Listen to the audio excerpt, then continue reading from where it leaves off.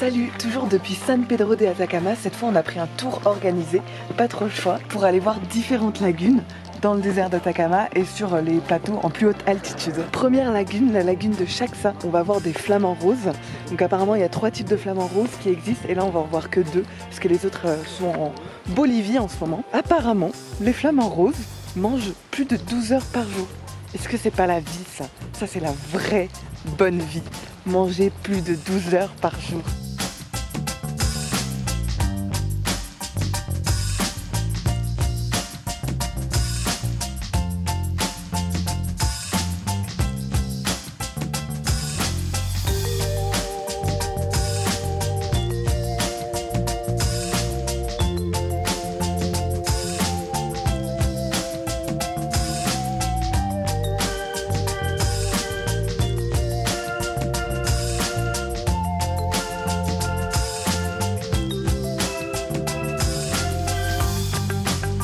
Et vous savez pourquoi les flamants roses sont roses?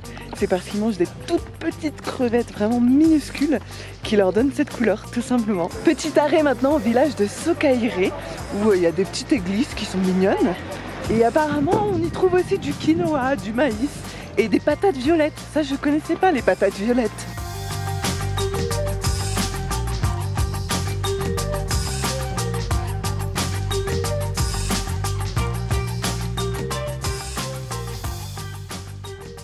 Bon les gars, avouez que s'arrêter sur une route comme ça, enfin c'est pas la route qui est magnifique, c'est ce qu'il y a à côté.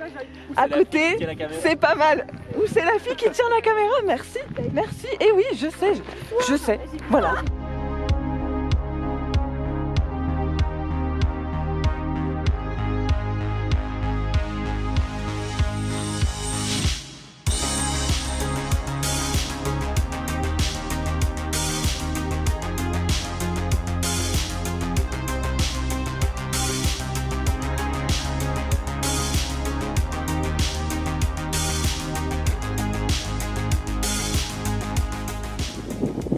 Bon bah clairement les lagunes c'est joli hein. Et puis manger devant ce genre de paysage c'est encore plus sympa. Franchement depuis le début je crois qu'on en prend plein les yeux. Enfin je crois pas, je suis sûre en fait. Voilà c'est sûr ça.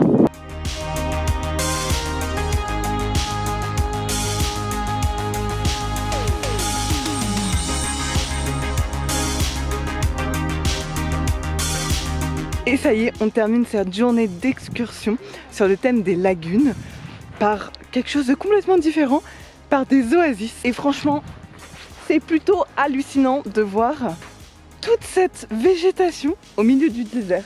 On va aller voir ça.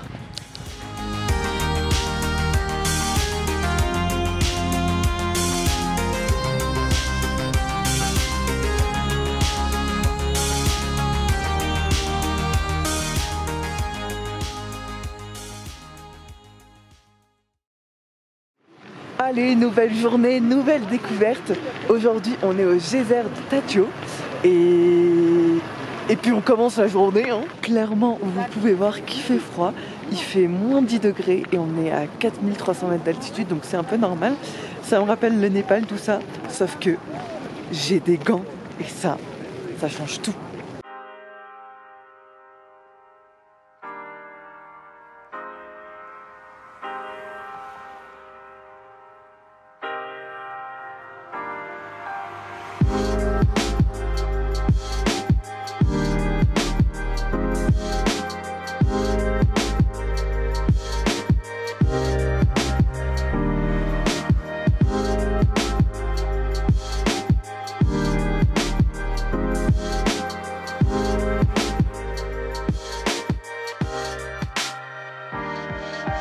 Bon ça y est, on est un petit peu redescendu. Le soleil s'est levé donc il fait plus chaud. Et on s'arrête sur la route, là on est sur le retour vers San Pedro de Atacama. Et on s'arrête parce que quand même le paysage vaut vraiment le coup. Avec tous les gens derrière, hein. Génial hein, ça fait partie des tours organisés. Regardez ça.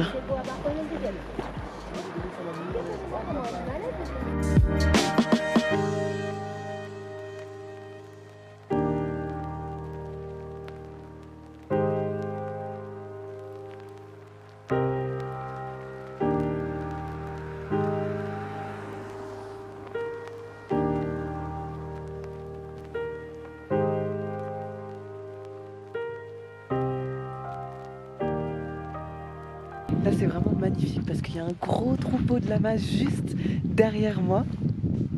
Ils sont en train de marcher tout tranquillement. Et regardez, ils passent juste à côté de nous. On entend aussi un autre lama crier là-bas. C'est parce qu'ils sont en plein ébat sexuel. Voilà, hein, la vie des animaux.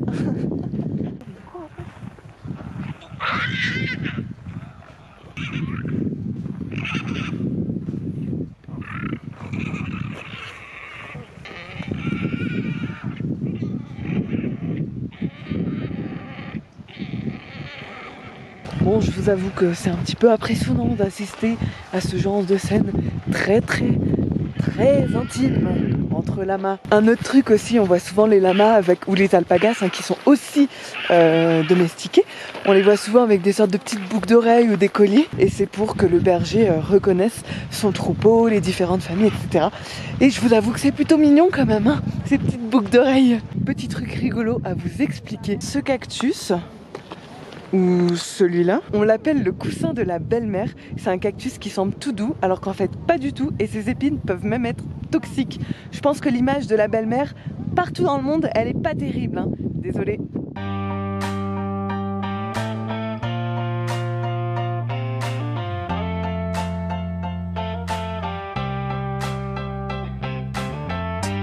Aujourd'hui, dernière excursion à San Pedro. On va au Salar de Tara. Et là, on prend notre petit-déj. On commence avec le petit-déj en face des volcans. C'est plutôt sympa. Ça commence bien la journée.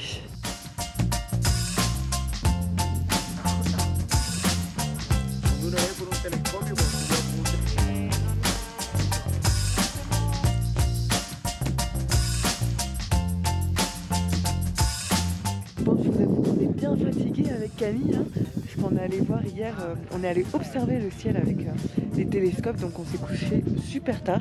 Mais je vais vous mettre une image de la lune qu'on a vue hier, c'était magnifique. Mais on se motive aujourd'hui, on essaye de se réveiller avec la beauté de ces paysages. Petite précision, donc le Salar de Tara, on va bientôt y arriver. Là, on est à l'entrée de la réserve et il est situé à la frontière entre Argentine, Bolivie, Chili.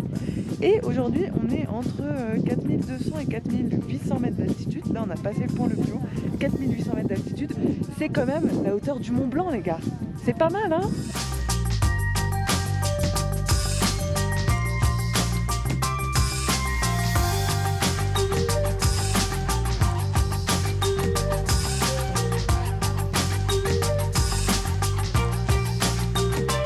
Et alors ici, on est entouré de volcans, on a des roches volcaniques qui se sont formées, on a aussi des obsidiennes, donc c'est du verre volcanique. Voilà donc ce qui fait un peu la caractéristique de ce salar de Tara, c'est ces énormes formations rocheuses. C'est vrai qu'on se sent petit à côté et on se dit si ça tombe, eh ben on n'est pas dans la merde, hein.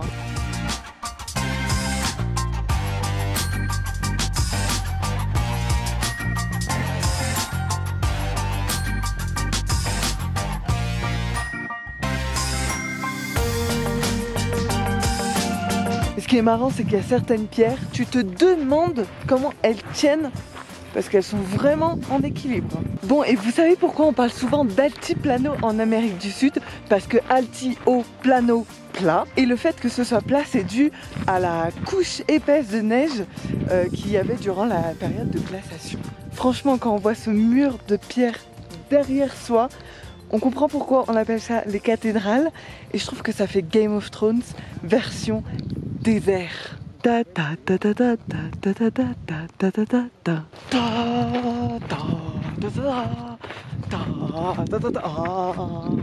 Hein, c'est Game of Thrones, les versions désert. Tu vois, c'est pas de la glace, c'est de la pierre, de la bonne grosse pierre. Quoi? Game of Thrones. Bah ouais, Game of Thrones. Mais quelle partie? Bah, le mur de glace. The Wall.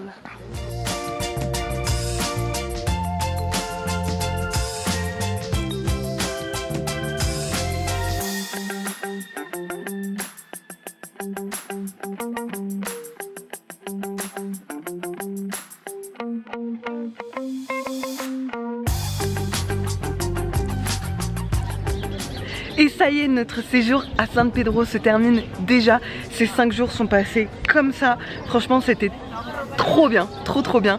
On a vu plein de paysages très diversifiés. Bon, bien sûr, on a dû prendre des tours, c'est pas tout le temps, enfin c'est assez touristique, etc. Mais c'était bien parce que les guides étaient, enfin pour la plupart étaient excellents, hein, on va dire ça comme ça. Et donc on a eu plein d'explications, c'est toujours plus intéressant de savoir un peu ce qu'on voit. Le mot de la fin. Là, on va prendre l'avion pour aller à Santiago, puis demain matin, on prend un bus pour aller à Valparaiso. Donc je vous dis à bientôt pour de nouvelles aventures. Attends, mais c'est trop débat parce que je le vois pas. Mais juste, il jette la terre, tu sais. Tu l'as pas eu quand il était là? Non, je l'ai pas encore eu là. Juste toute cette terre. Ah, il va sortir. On dirait une marmotte, hein.